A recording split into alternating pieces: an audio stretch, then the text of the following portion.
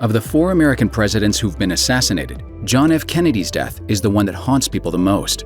It's not just the grisly public manner in which he was killed that confounds the crowds. There's also the matter of the rampant conspiracy theories, apparent official cover-ups, and eerie missing links that still exist around the attack on the 35th President of the United States. The President of the United States is dead. Here are just some of the many things that don't add up about the JFK assassination.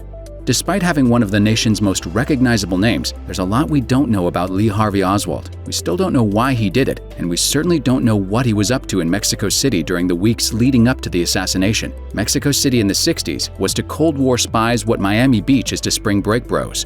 It's been called the spy capital of the Western Hemisphere. Cuban agents, Soviet moles, and CIA operatives all rubbed shoulders there. Oswald was a defector who tried to pledge himself to the USSR, so he partly used his time in Mexico to attempt to secure a Soviet visa. But the day he visited the Soviet embassy just so happened to be the day the CIA's camera broke, so we have no pictures of him there to flesh out the details. Coincidence? And while he's often referred to as the lone gunman now, Oswald wasn't sipping on margaritas solo in Mexico City. He was spotted at a party which may have featured Cuban diplomats joking about how useful it would be if Kennedy were killed. Considering the CIA disparaged June Cobb, the spy who told them about the possible Fiesta plot, however, it's hard to know if that was the source of his scheme. Speaking of the government's shady lack of interest, perhaps the strangest thing about Oswald is that he didn't spend the run-up to Kennedy's death being tailed by the CIA, FBI, or any other department with an acronym for a name, despite being a known defector.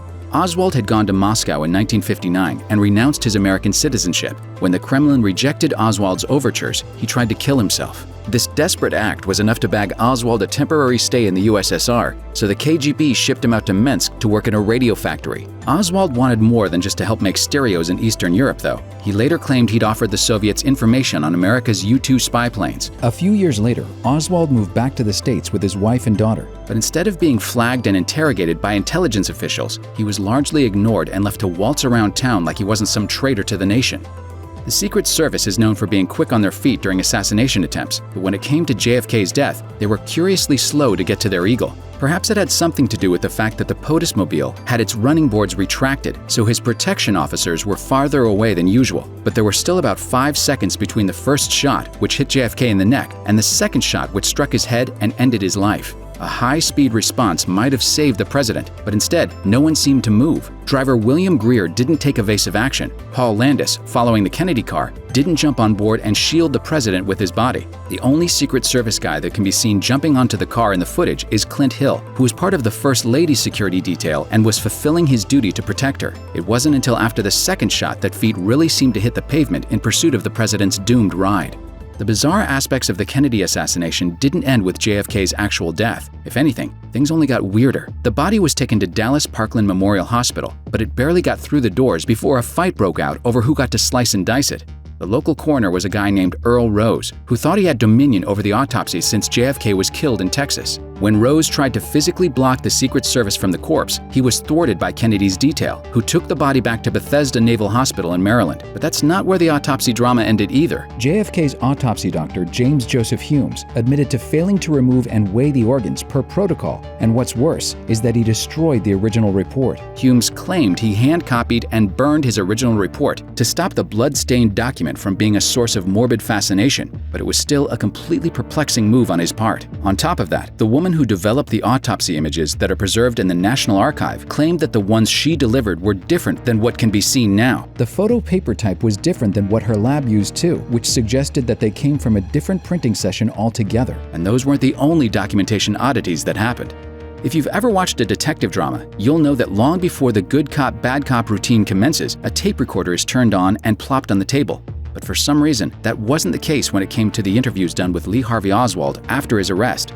In fact, there are almost no official notes of Oswald's questioning by Dallas police or the FBI. The only record of Oswald's interrogation exists in the form of notes made by the 2 interviewers, which are themselves rough and incomplete. And what's even crazier is that some of the notes weren't discovered until the 1990s when they were found among the belongings of a deceased officer and donated to the public. The notes are very clear on one thing, though. Oswald repeatedly declared his innocence, claiming that the images of him posing with the rifle used to kill Kennedy were faked. Other documents surrounding the investigation that have since gone missing include a note from Oswald himself, an intelligence file on him, and the Secret Service records pertaining to a trip JFK was supposed to take in Chicago a month before his death. Perhaps most curiously, the tissue samples of JFK's brain, which were under lock and key at the National Archives, were stolen from their storage container a few years after his death. Talk about a head-scratcher.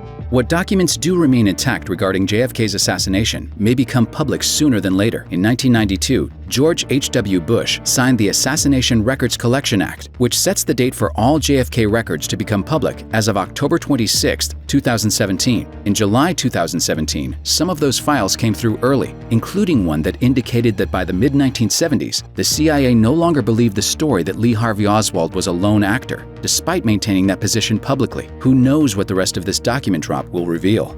One thing's for sure, with all of these bizarre question marks looming over the incident and subsequent investigations, it's really no wonder JFK's assassination is still the most conspiracy theory-riddled case in American history.